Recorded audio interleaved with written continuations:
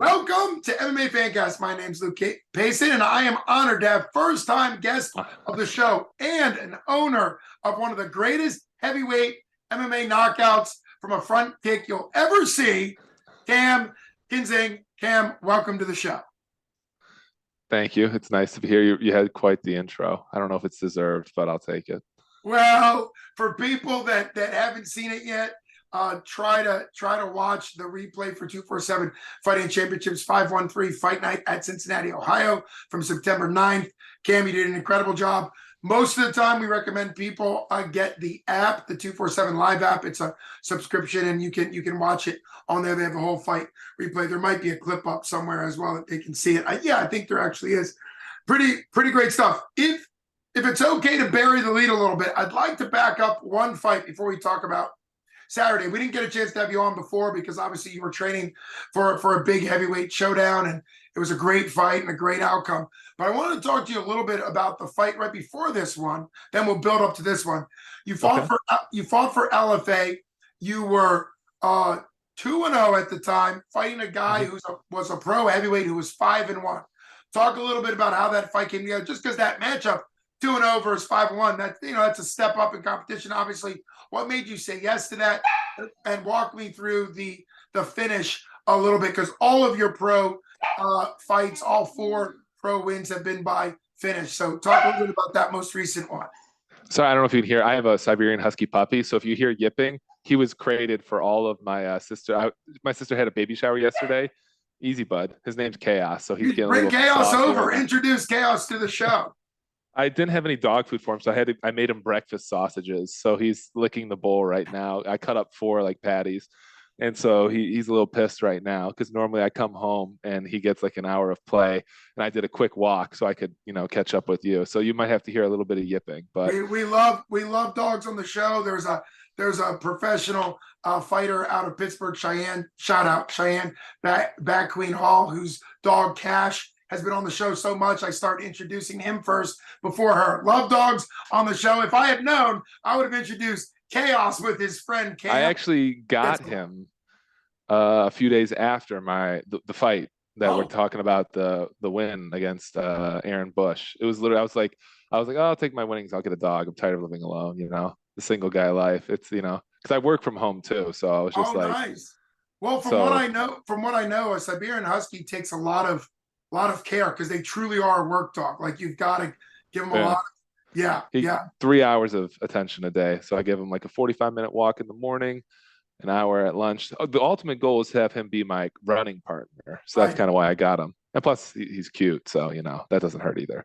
Oh yeah, they're great. But that makes sense because you said he's a puppy. So once his frame grows up and his joints can handle it, you'll have a running, because they will outrun you all the time. So exactly. That's a great thought. Well, we could talk more about Chaos, but let's talk a little bit about that fight versus Aaron Bush. It really jumps out on your list, and then of course the knockout that you just had is going to be a highlight reel for forever. So, but let's get to the Aaron Bush fight, just to tell me about how that fight came together. Why say yes to a guy who's 5-1? You're 2-0. Obviously, it was a great test of your skill. It's not going to be a really interesting answer. I pretty much just say yes. I don't honestly know who any fighters are at like the regional level, to be honest, because I'm like, I would say I'm not a hardcore MMA fan, like where I know like all the guys coming up with the regional scene. Like I know like UFC guys, some Bellators. I watch a little one. I'll watch, some kickboxing, like Rico Verhoeven, Badahari, that type of stuff. Like the A+ guys. So you're probably way more into the weeds of the regional scene than I am. So literally what happened was they're like, Cam, we have a fight. I went, where? And then they told me location. I'm like, okay, that's not too far. And I'm like, is the guy any good? He's like, they say the record, he was like 5, and I was like, okay, cool. No, that was literally the conversation. And that's because when I don't know, when I was an amateur, you had to in Ohio get like 9 fights to go pro. So I don't, did I lose your audio? I'm not sure. No, you're doing great. You're doing great on my end. Okay. That's a little iffy, but keep rolling. Gotcha. Yeah. So I would always say yes. As long as like, because with amateurs, you can't trust your opponents to show. So it's like I wouldn't take fights more than like 2 hours away. I think all my amateurs were. I mean, unless like there was like a serious guy, then I'd be like, okay, I'll make the drive because you kind of have to trust your dance partner in a sense like that. Because I had tons of fight cancels. I know like Tapology shows a bunch of cancels. I can't tell you all the times when I was told I had a fight and then I didn't. And then so I was just like, I don't like I never really had a camp. I just kind of go work out, and then when the fight comes up, I make sure I'm not sore, and that's pretty much how I handle it. So yeah, like he was. I was told he was a training partner for the last guy I fought. Another, aggressive wrestler. And it's a very similar prototype. I'm sure you see it all the time in regional MMA. So it's 6 foot, 250, 260. Gonna try to walk you to the cage, grab you, drag you down, lay on the inside, control, and submit you. So I was like, okay. And in my head, I was like, all right, he'll be tough for 2 minutes, is what I thought. And because that's generally the type, like you see like their cardio, and he came out. He was a nice, good, like came to bring it. But it's exactly what I thought would happen. I kind of rope-a-dope a little bit when I do wrestling defense because I know it's a lot more taxing to take someone down to then defend the takedown. So a lot of times people will see like, oh, Cam gets taken down right away. A lot of times I'm just standing there waiting for them to shoot, so it's on my terms. So I'm like, okay, he can shoot right now. And then we're just basically gonna fight, and I'm trusting that he's gonna quit before I am. That was basically my mentality throughout because they're all gonna wrestle me.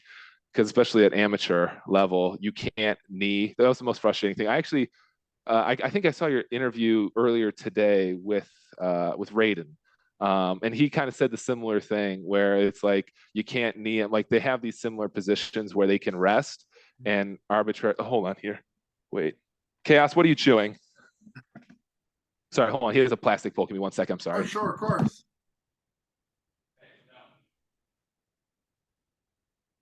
Appreciate everybody hanging on. We film these live, so this is great. No, you take your time. Hey, Chaos is gonna chew whatever Chaos can't chew. He destroyed the piece of Tupperware. So that's that. All right, I got to throw that away. You gotta throw that away. At least it's out of his reach. I have a big English Mastiff that's 212 pounds. Came home today and he had carried a rock in his mouth all over the house, like a decorative rock. And I was like, dude, that's gonna hurt your teeth. And he's like, I tried to eat it, So yeah, he chews his metal cage a lot. Well, of course. So, well, always great. But like you were saying, the transition to amateur to pro. Now you're 4-0. Talk a little bit about that. I'm jumping back to your amateur. There's two amateur names that stick out. One because I'm a friend of Daniel Albright's. I saw him on your list. I don't know, that was kind of early in your amateur career. You got a knockout. Which fight was that?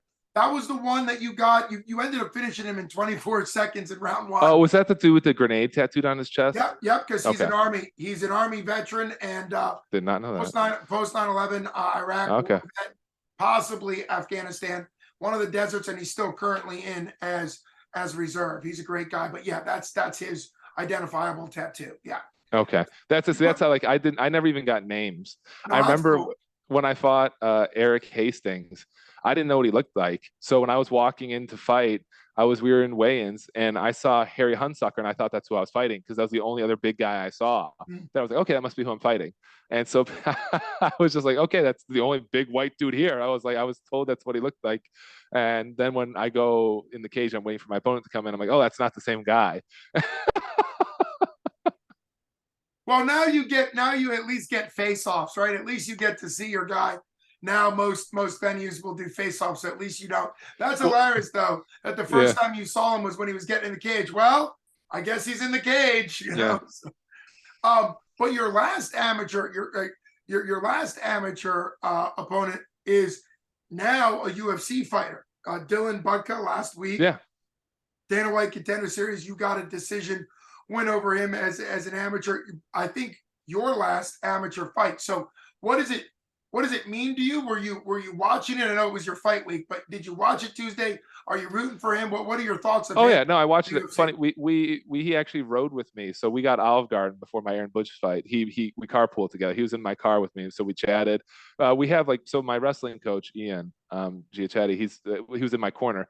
He actually trains with Dylan. I'm sure you're aware, like the regional MMA scene is a very small circle. So yeah, Dylan's a good dude. I'm very happy for him. He deserved what he got exactly. So I'm happy for him, and hopefully one day I'll see him there. Not in the same weight division, obviously, but Yeah, yeah, I think that's what's kind of nice too. In amateur, you end up fighting guys that you can become buddies with because you go in different weight classes. A lot of amateur, for people that don't know, of course, you're pretty much always going to be in heavyweight because of your frame. But a lot of yeah, amateurs figuring out where you can fight. Dylan's fought all the way from 85 up to heavyweight, took a heavyweight fight, and then 12 days later fought in Dana White.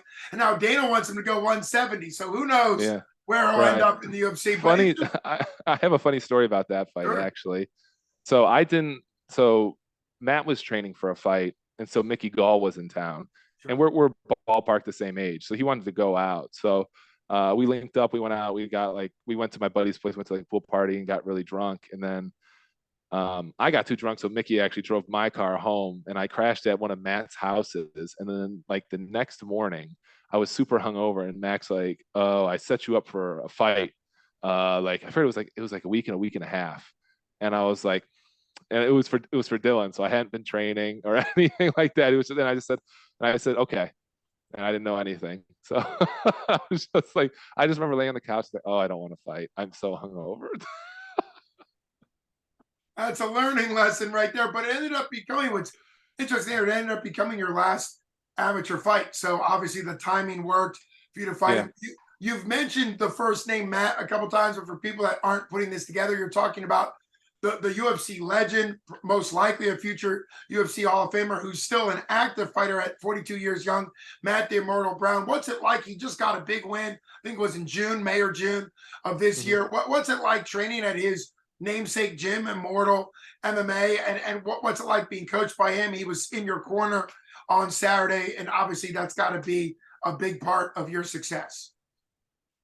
Oh yeah, for sure. We come from two very different backgrounds, but we have like a similar fight mentality, so it's kind of fun. I think he enjoys that about me, because like my favorite part about my most recent fight was like he was checking my leg kicks, and I was purposely throwing shin to shin on purpose, just to show him I didn't care. I remember he switched to southpaw, and so I like it's a dangerous kick to throw an inside lead leg kick, and I threw it a couple times in a row, and I was just like, I don't care, and I think it's fun. Like I'm kind of sadistic, so his pain and my pain I both enjoy. So I thought that was funny. Well, actually, speaking of that, and of course, Matt the Immortal Brown Yeah. is really a great success story because of what he survived and the changes he made in his life. It's very public. Some of the things that he lived through. It's always great to see somebody not only great at their sport, but also being a success as a human. That's more important. Right. And Matt Brown is a great story of somebody who turned his life around, is now a success as a human, as a father, as a coach, and all those things. But that actually brings us back to Raiden. So good job bringing us back together, because you mentioned It's what I do. I bring the story together. I appreciate It's that. one of That's my job, but you my did a better callings. job. You did a better job at it than I did. Well, So move on over. I'm co-hosting, buddy. go for it. Hey, you want to co-host with me? That would be honored. We can get it figured out. Comes from the man who doesn't even have social media. Sure. Oh, I have commitment issues. That's not going to work. I was just gonna say, and for people that don't know, you're not even on social media, so that would be hilarious if you were co-hosting. But you keep it in mind. I'd love to have you as a guest co-host or whatever you want. But talk about that shin to shin, because I rewatched the fight and I was sitting cage side, of course, live right before you landed and set up the finish kick, which is incredible. I actually do think he stumbled a little bit, like one of his legs from the shin kick was either numb or maybe drop foot. We've seen that happen. He did. He stumbled to the. Yeah. He stumbled to his left. I noticed that too, because he had a good poker face, and I don't know what it is. I just don't feel anything when I'm fighting. It's like after, it's kind of like drinking. It's like I just kind of just slam it to the face, and then like you regret it the next day. Like it was pretty. I'm curious to how his legs felt, because I wonder if like I got the worst of it or if he did. By like, so I don't know. Like, you know what I mean? I would be just curious to see like how sore like his shins are, if it's like worth it. I mean, I guess it was worth it because he stumbled in there, but I'm just kind of they're feeling good today. The night of, my legs were like literally shaking and my back was sweating. Like about 2 hours after the fight, the worst thing was actually I must have kneed his elbow because I know we tied up and I kneed his stomach once or twice. And then I think I threw it and he may have checked it with an elbow because my knee was super swollen yesterday and like purple. And that was actually the worst pain. And my left big toe, and I didn't know why my toe hurt. I'm like, this doesn't make any sense. And then I finally saw the clip. I haven't seen it in full speed. My brother sent it to me. He got the pay-per-view and he recorded it on his phone on Snapchat, and then he sent it to me. But it came in all like compressed and slow, so it was like at 85% speed. So it looked slow, but it had a little nice snap. And I'm like, wait a minute, my left big toe hit his face, and I'm like, that's why it hurts so bad. Well, that is the knockout blow. You did of course, I guess you're not supposed to lead with your toes when you do that kick. You got to bring the heel through, but hey, it worked. You knocked the guy out. What you mentioned it in the post-fight interview, so let's back up a little bit. This is the first time you fought a 6'6" guy, right? I mean, it's pretty rare to get matched up with somebody this tall. How important do you think it was to get in there with a guy that's the bigger, kind of the Francis Ngannou size, right? The U size, you know, these big, strong heavyweights. You mentioned at the beginning of this fantastic interview that, you know, the 5'11", 6 foot, we'll call him the DC Cormier type, right? The thick, huge rear end, huge legs, big upper chest wrestlers. You've had enough of them. So what was it like getting matched up and fighting a guy who's basically your structure, your physique, and then walk us through the finishing kick? To be honest, I thought it would be easier. Maybe it could also be stylistically matchup because from what I was told, because I didn't see any of the video or anything, but I was told he was a jiu-jitsu guy. And like my coaches will, like Shane and like my buddy Ian will watch and then tell me. And they're like, he doesn't have wrestling like takedowns. He relies on, you know, the jiu-jitsu trips. Like he'll walk forward, he'll clinch, he'll try to pull guard or drag you down, which I don't think is going to work against me at all, just because of my and I think I showed that as soon as he clinched me, I'm like, that's not going to happen. It has to be like chain wrestling. You have to have multiple variations in order to secure a takedown like that. Like just a drag is not going to work. You have to like shoot a single, run the pipe, switch over, double, then maybe throw a trip in. But just the straight body clinch trip against the fence, I don't think that's the best method of a takedown. I'm the wrestler, but I'm just in terms of like when I see like somebody's going to try to take me down, like I see that that to me is of no concern, almost pretty much. Like that's a very like low percentage because it relies on you'd have to be a really strong brute, like to collapse like an over under and to make someone's footing go. Like so, I'm not saying it can't happen, but it would be a lot more dangerous if there was like the threat of like the double leg. But to walk and clinch, I don't really. It's not very compelling for me. Well, it does make sense. You know, even though you come off as a guy with not only a lot of talent, but kind of you're going into a cage, you don't even know what your opponent looks like. You know, you kind of come off, you know, you're very go with what happens in the cage, which makes a lot of sense. We talk a lot about in-cage adjustments, and clearly you rely on good training. But what you just broke down there shows that you are a thinking man as far as setups and trips and traps and counters. So obviously it all goes together, right? You're an interesting. Yeah, I'm a big broad strokes guy. That's why I think Matt, because I don't get very technical. He gives me like fun, like when we're talking wrestling, all he tells me is like, hey, underhooks, heavy at point of attack, and lower your base. And that's like I think I wrestled for this fight 2 or 3 times, something like that. And I didn't spar at all because I just don't have sparring partners. So I just hit mitts and ran, and then like like I did a Shark Tank wrestling gauntlet where I had like I did 3 rounds and a new guy in every minute, and just to make me quit, so it'd be way more miserable. So I had a guy push me up against the fence, start against the fence, and then he was on a single, then he was on a double, then he was double unders, over unders. Then I had a guy mount me, side control, and I did that for like 15, 20 minutes. And you're just dead after the first 5 minutes because you have a new guy. So it's just about not quitting, type thing. And then I did a bunch of like a couple of technique stuff and like the wall work. We I do is, it's rudimentary, but it's very, it's the basics and it works type thing. It would be very different if it was like an Olympic level, like wrestler, where that would change a lot of things. Like for Aaron Bush, I think I did my first like wrestling like 1 or 2 weeks out, and Ian showed me the crackdown, and I did that 2 times, and I used it in the fight. Because basically, when he gets the single, Matt was like, check the oil, and then just smash his head into the mat and beat him to the takedown. And so that's kind of what I did. And then I just, let him get tired and punched him in his face while he was trying to take me down. So that's my It my makes strategy is sense. like it's not rocket science. It's like I'm gonna try to hurt you and get you tired. And it's like I'm gonna probably kick your leg a bunch. I'm gonna try to jab you, and I'm gonna try to trick you. I'm gonna try to make one body part sore so I can hit the other one. Like I'm gonna jab you so I kick your leg. I'm gonna kick your leg so I kick your face. Like this isn't rocket science, you know what I mean? It's funny when I Well, hear people like try to church up what we're doing, and we're cage fighting. So it's not a secret what's gonna happen. It's just it's hard to not, but do. It's not complicated. It's just hard. There's a difference. exactly. Yeah. Yeah. It's, I always say simple does not mean it's easy. It's simple, it's Yeah. straightforward, but it doesn't mean it's necessarily easy to do.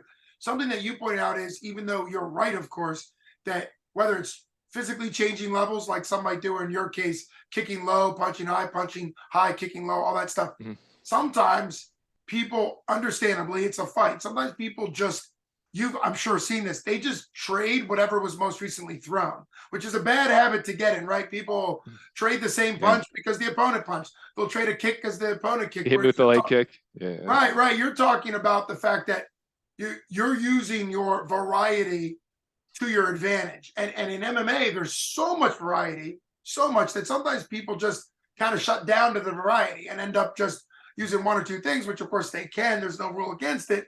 But MMA has so much skill and so many different techniques that are in there. I'm thinking, all the different things that you can do. So it's pretty great stuff. And obviously, as a heavyweight, you really are a real big problem at pro heavyweight. You're now 4-0, all finishes.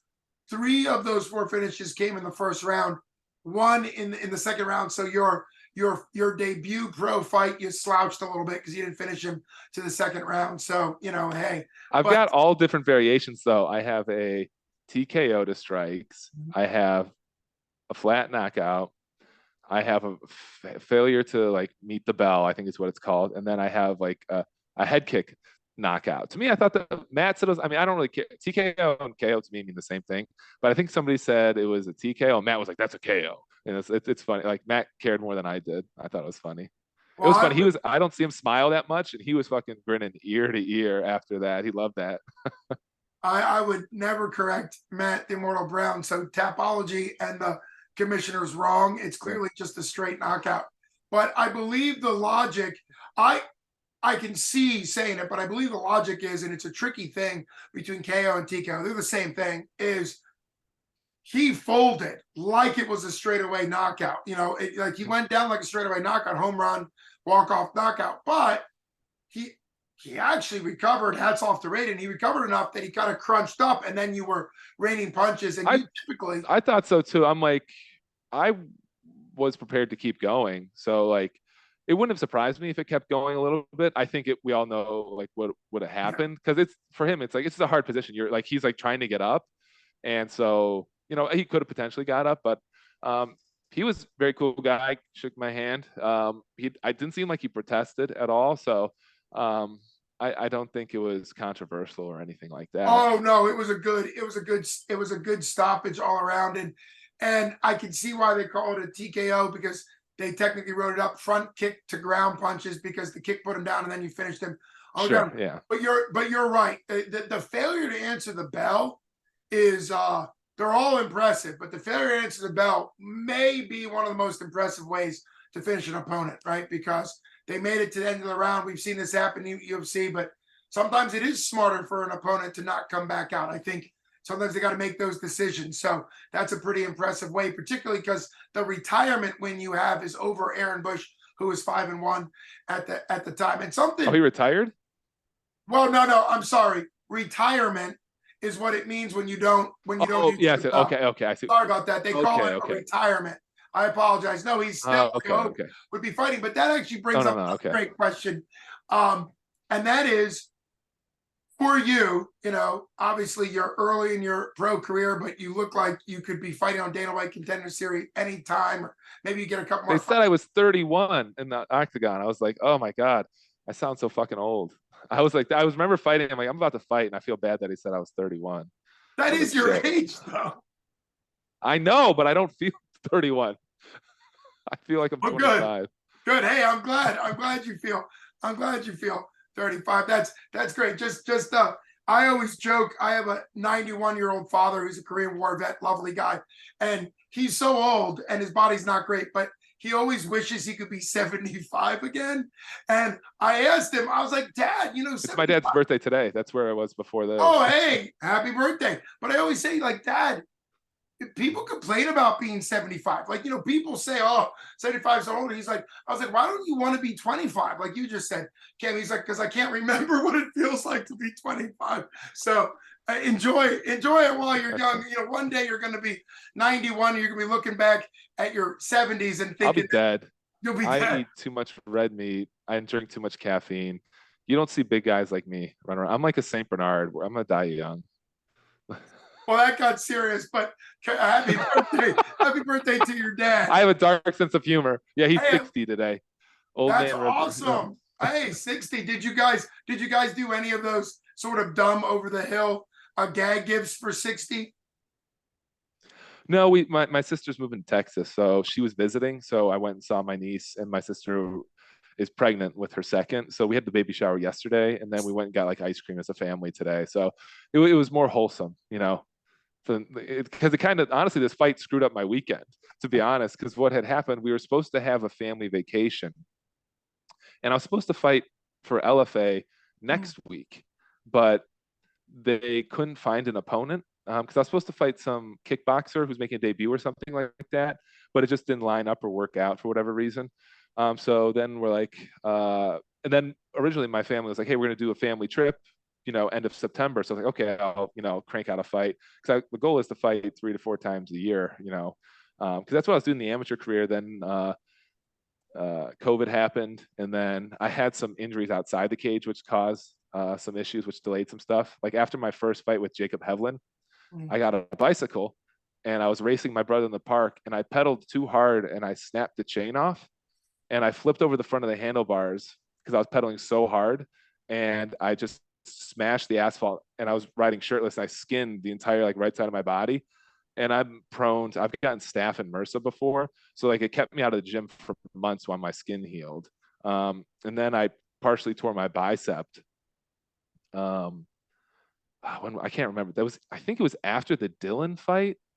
I had a bunch of back. I injured my back after the Thor fight too, where I couldn't deadlift over 100 pounds for almost a year. So that really affected my training. So this was the healthiest I've ever been. For most of my fights, I'm always injured or have something going. But most fighters are. So that's why I don't really say anything, because if you're willing to accept the win, you should be able to accept the loss. But that's neither here nor there. But sorry, I rambled a little No, bit. I love it. I love the bicycle story because Yeah. that's literally a definition of not knowing your own strength. You're this huge. I know you weigh in at 265 the max, so you're probably walking around at 280, and you're bicycling so hard you just break the chain. Yeah, I was an idiot, because my brother and I, we were doing a nice ride to the park, like wholesome. We were just enjoying the weather, and then all of a sudden he like smirked at me and took off like he was gonna beat me back to my apartment. And so then he like started going. I wanted to catch up, so I just smashed the pedal, and I was like basically riding like a crotch rocket to get as low as I can. And the chain just whipped off because I smashed my foot down so hard. I was like, I didn't think that was possible. I didn't think And my so. dad was like, yeah, apparently it is. So I literally, despite my lack of jujitsu, I did a perfect roll. I've actually got a pretty nasty scar on my elbow because I came up and you could see the bone, Mm. and I was just bleeding everywhere. And I have a pretty big like whole like peach scar on my shoulder, and it was pretty rough. And I had it on my knees, and the bike's still not the same. Unfortunately, I get scared anytime I ride it because I'll shift gears and it clicks. So I don't go past the jogging pace on the bike anymore. It's not worth it. Well, killed the idea of a motorcycle for me, to be honest. I can't even You're ride a bicycle. I'm like Joe Biden. I'm just falling over. okay. Joe Biden did not break the chain off with his strength. That would have been newsworthy for another reason. But Hey, sure, we were both on the ground with a bike. that's true. It looks the Joe same. Biden You're and I are right. the same. You are an absolute riot to have on the show. You're kind of reminding me a little bit of the Cowboy Cerrone interviews. You know, they're interviewing him about his MMA fights back when he was fighting for the UFC, and he would start talking about cave diving or jumping out of planes or wrecking his motorcycle. So it's a fun interview to just yeah, mine's more like, oh, I was getting ice cream with my family and riding my bike with my brother. It's not that one. I love it though. I'm a suburban guy. I have a crazy bike injury story from racing my identical twin brother when we were 17 or 18 years, 17 years old. Similar situation. Should have just let him win. He's, but I chased after him, got in an accident, got wounded up all my arm and everything. And then I had a bike with a brace on my arm, one-handed, because I still had a bike.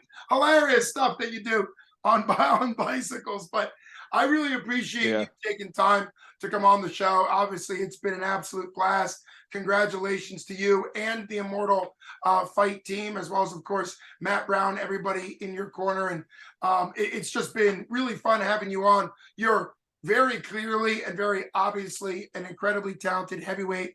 And all the big promotions, UFC, obviously love heavyweight, and your record, your attitude, and the way you fight, I'm sure will have UFC or another big promotion interested soon. And I know 247, myself included, was just really great to be able to have you on a card where that push kick knockout is going to be a part of your highlight reel for a very long time to come. And I'm honored to say that I saw it live. So thanks so much for coming on. It's just been an absolute blast. Do you have sponsors or other people you need to shout out, given the fact that you're a pro fighter and sometimes those okay? You do not. No sponsors. No, all right. So I just do it strictly for the pain, man. Strictly for the listen, it sounds great. I can't wait to continue to follow your career. I want to have you back on in the future, no matter who you fight for. It'll be an absolute honor to follow you. So and so thanks so much for coming on. You've been fantastic. Cam, Kinzig, Luke Pace, and Red Man Fancast, thanks so much for coming on the show. Have a good one, man. Take care. Got it. You too. And thank you, Chaos, for making a guest appearance on the show as well. We'll have to have him back. I got to see what he did. Oh, yeah, you go take care of that. All right, thanks, bud. All right, bye-bye. See ya.